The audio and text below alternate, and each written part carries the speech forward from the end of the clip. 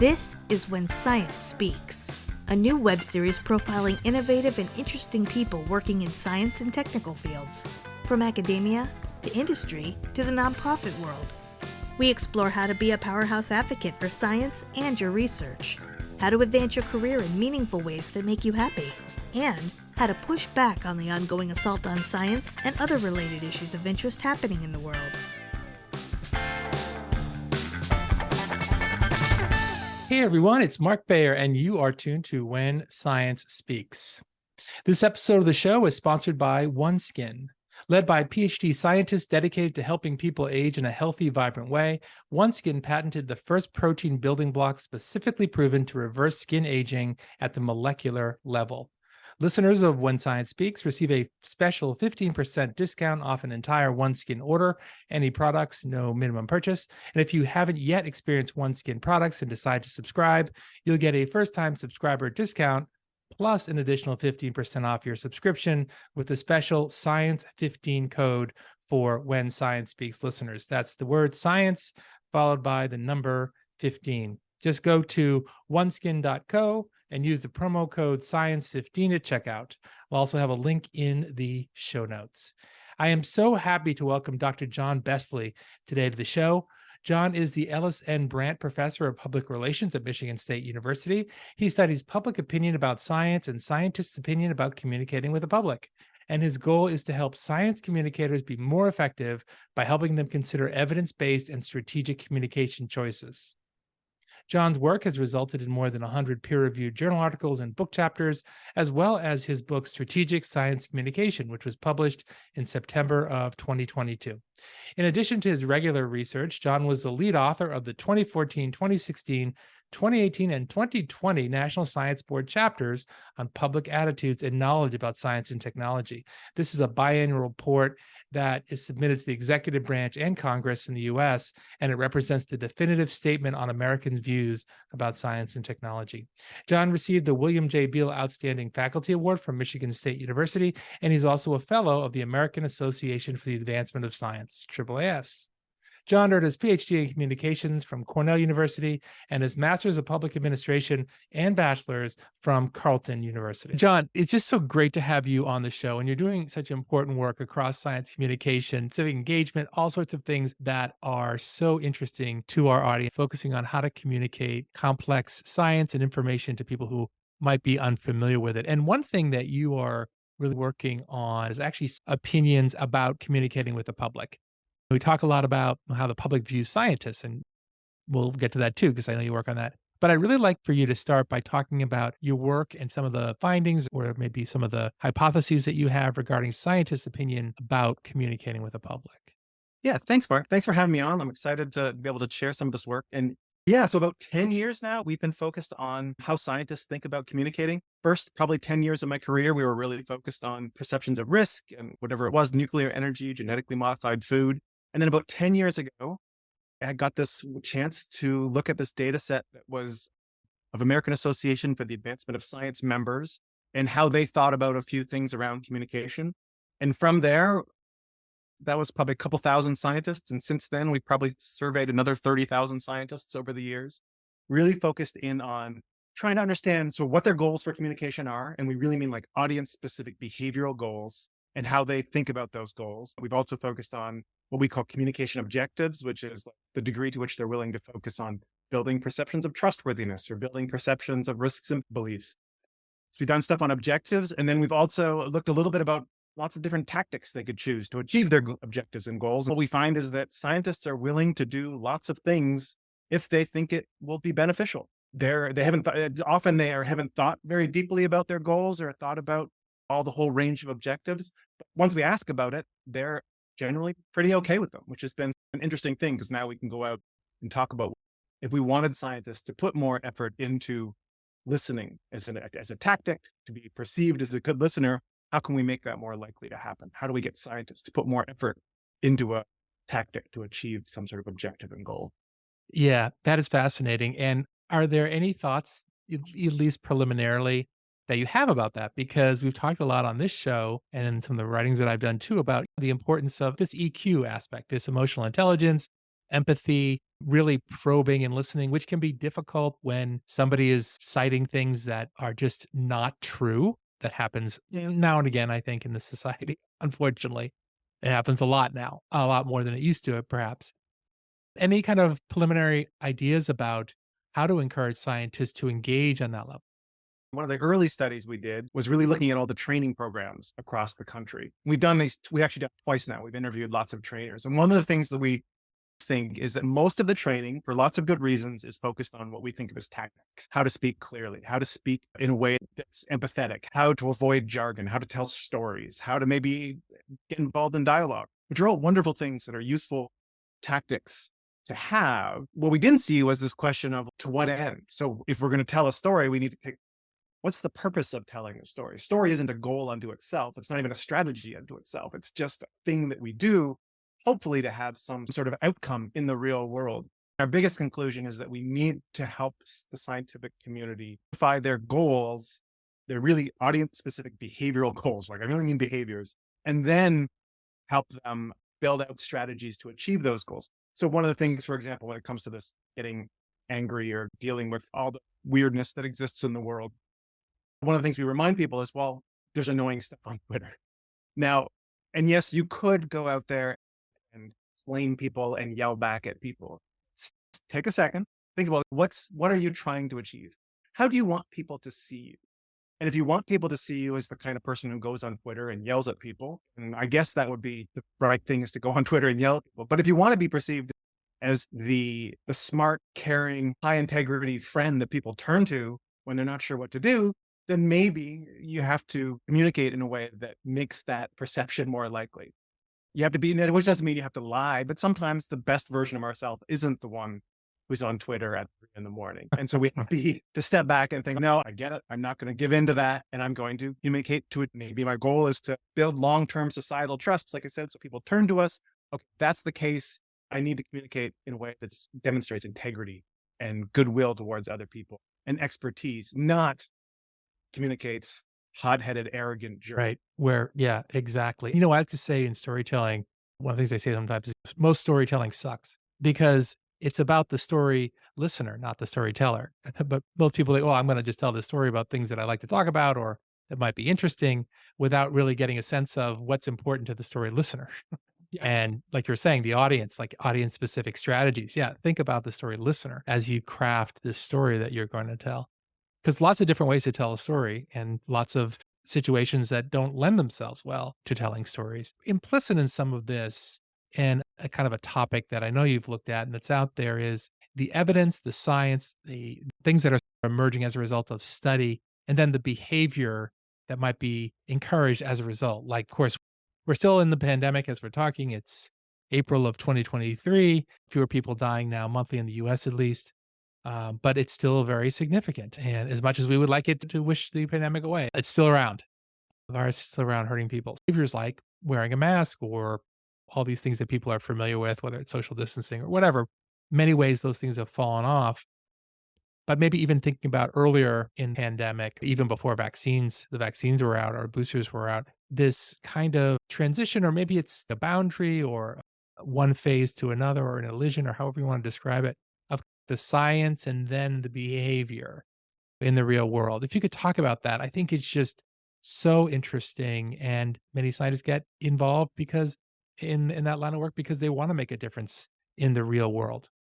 Yeah, so for sure, I have no doubt in my mind that scientists put time and energy into communicating because they want to have an impact in the real world. We've done surveys on this. And so we know if I ask a scientist, what's your goal? In an interview, they might say something like, I want to increase literacy or correct misinformation or something like that. But if I push them and I say, cool, why do you want to increase literacy? Why do you want to correct information? What do you hope will happen if you correct misinformation? Yeah, they come back to, it'd be great if people wore a mask. It'd be great if people were more likely to plant pollinators, and it'd be more great if people bought electric vehicles. There's something. It'd be great if I work with some ecological sites, and it'd be great if foresters managed their forest in this way or that way. Did something different around pests. I want people to at least consider doing things. Sometimes they're a little uncomfortable saying, I want people to do a thing. But if you phrase it, and I want people to consider evidence in the context of doing a thing, people want them to do a thing. Now, the key from the behavior perspective is that So I think a lot during the pandemic, there was of like general things like wear a mask or get vaccinated.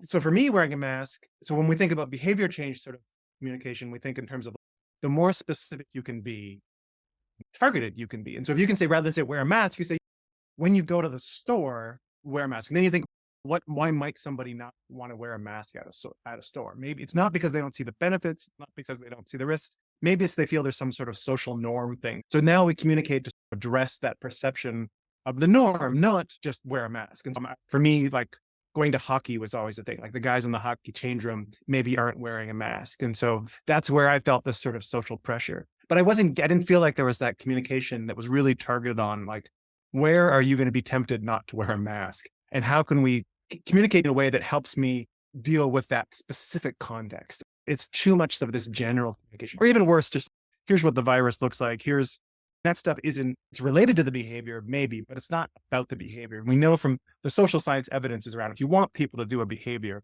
they need to believe that it's beneficial and not risky. They need to believe that it's socially acceptable, normal, expected of them. They need to believe they have the ability to do the behavior, to self-efficacy, whether it's their skill or whether it's the resources. And we need each of those sort of beliefs to be in place, not just this sort of general communication of it's got to be specific. Yeah. So layered and nuanced. Thank you for that. I want to ask you, as you're giving these examples, because just a few things I'm thinking about. It's almost like there's the poetic, looking around the locker room here, and it's just not macho to wear a mask. So I'm not going to.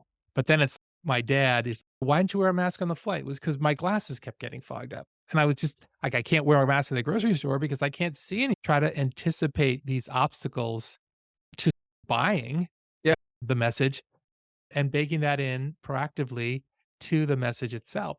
Absolutely. Yeah. So cool. Now, a lot of your work, when you're talking about science communication, you're focused on the hot button issues like genetic engineering and nuclear power and nanotechnology and like things that people get really exercised, very emotional about. Would you talk about how to approach these really emotionally freighted issues? You've got data, you've got evidence. You've also, as you pointed out when we had a chance to talk offline, there's data and evidence on emotion as well and the importance of it. So as you're approaching issues that can be really fiery and controversial, what do you have in your toolkit to do that effectively? So there are these things like discrete emotions. So sometimes you'll get an activist group communicating disgust, or you'll get somebody doing anger or fear.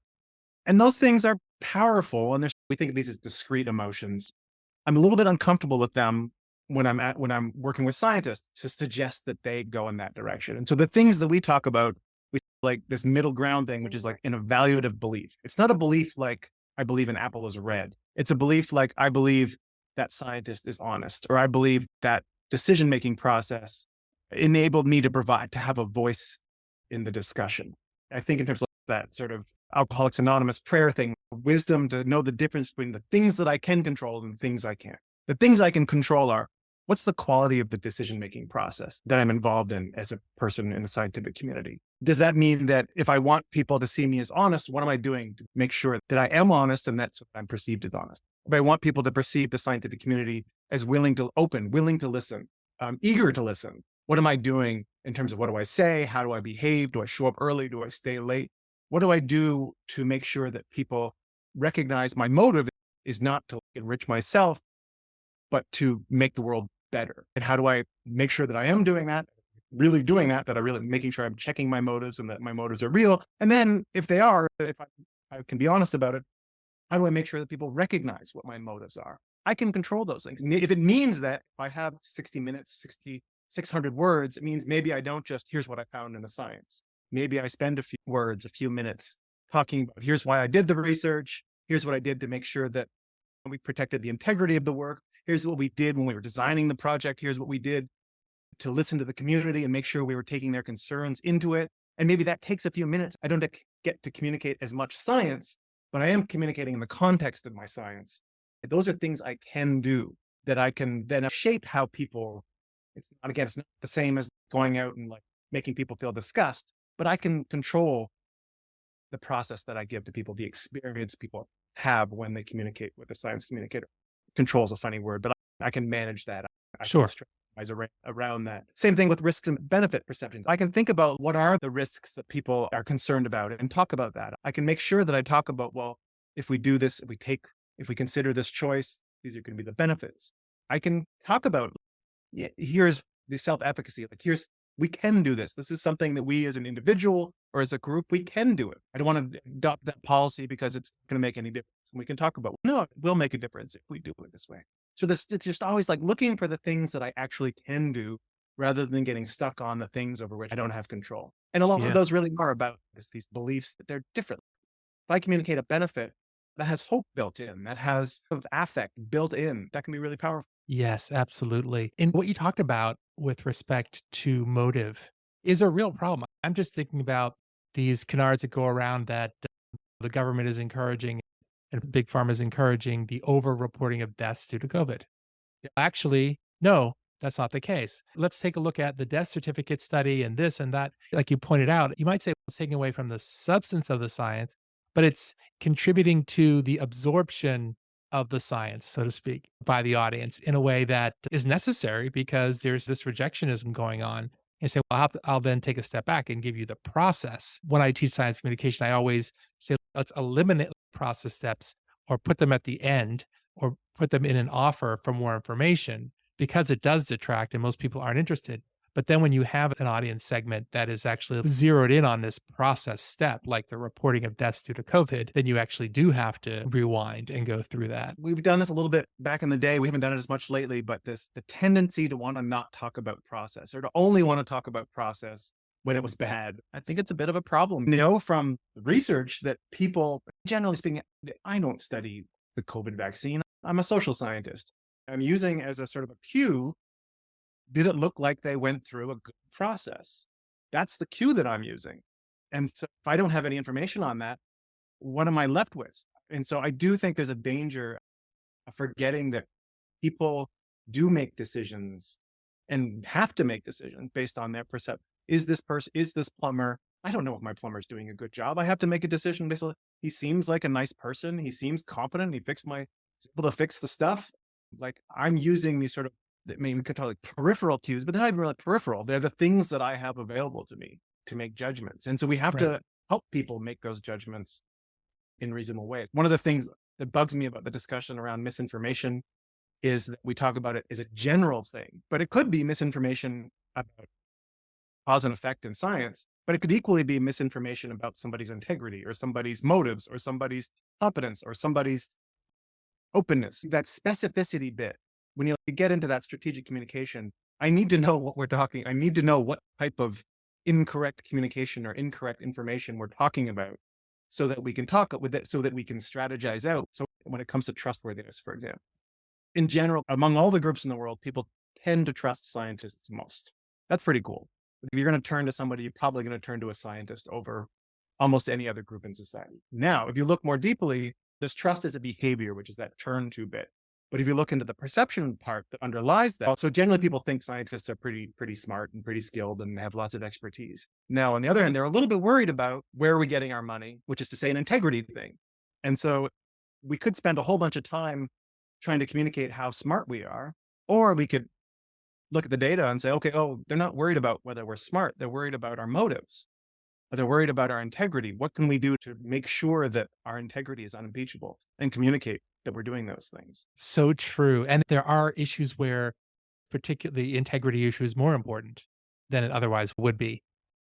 Maybe these are more emotionally freighted issues. And then thinking about motives is more important when it comes to that than other, maybe more straightforward things where you don't have to go through this process. The kind of this pulling back the curtain and explaining the process as much because this implicit trust is greater because of the issue itself too, maybe. Yeah. So we think of like two big types of behaviors. We think of like straight up behaviors, buy an electric vehicle, take a vaccine. There's a thing that you're doing.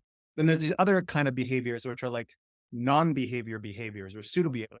Trust is a weird behavior because I'm accepting something.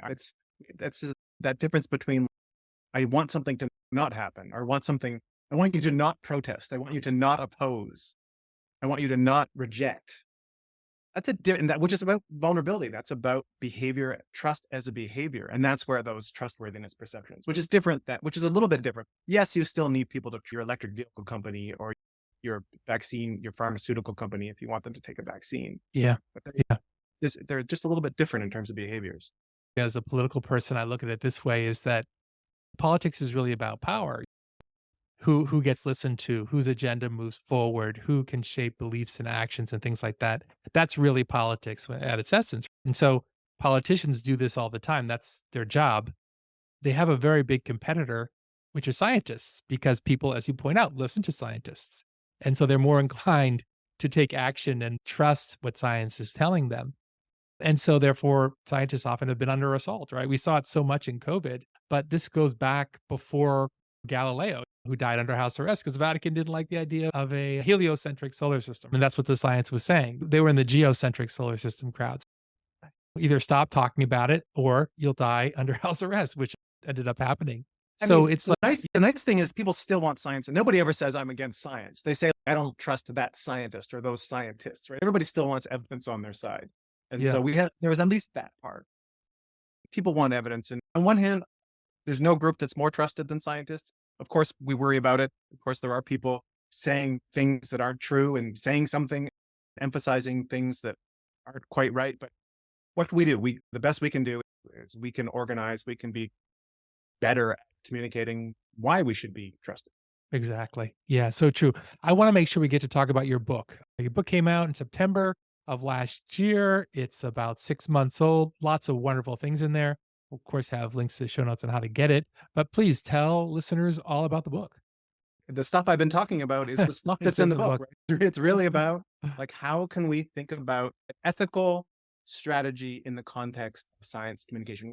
It's a weird thing. So I'm a public relations professor. I wasn't always a public relations professor. I was just a communication professor at some point. And sometimes I think people get a little in the scientific community, they think of public relations as just like media relations, but it's just not what it is. What do we mean by relationships? We mean trust. We mean trusting relationships.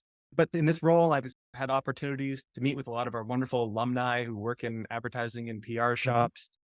And yeah, there's terrible things that the public relations industry does, but it's also a multi-billion-dollar industry because it provides some value. If a scientist wants to have a relationship, or if a group of scientists want to have a relationship with a congressional office, they need people to help them do that. And that's what people in the public relations business do. Like most of the discussion in the science communication sort of training space is about tactics and how to speak clearly and how to interact with the media. Let's take that. And maybe that's science communication 101. This is like science communication 401. Let's think about, okay, now that we're able to speak clearly, what do we speak clearly about? Now that we're able to tell stories, what should we tell stories about? Now that we're able to, and it's interesting. It's been well received, and it's really enjoyable to have these conversations. Still a long way to go. Still, people still want to why can't I just communicate awe and wonder? You can just communicate awe and wonder. If in doubt, if you don't have a goal, give people a positive experience with science. That's great. But if you want to take that next step and you want to try to move the needle on some things in the world, that's where we've been really lucky to get to start helping people do that kind of work. Just wonderful and so needed. Dr. John Besley, this has been such a great conversation, which could continue on into next week, I'm sure. But you have work to do, and we have to stop here. But this has just been great. There will be a link, of course, to your research, to your book. Thank you very much for being on the show. Thank you so much for the opportunity to share. And I'm excited to keep doing this work and look forward to being part of this community. Great. And listeners, thank you for being along on this episode of When Science Speaks. And I hope you'll be back next time for the next episode of When Science Speaks. Thanks for listening. Be sure to click subscribe. Check us out on the web at whensciencespeaks.com, and we'll see you next time.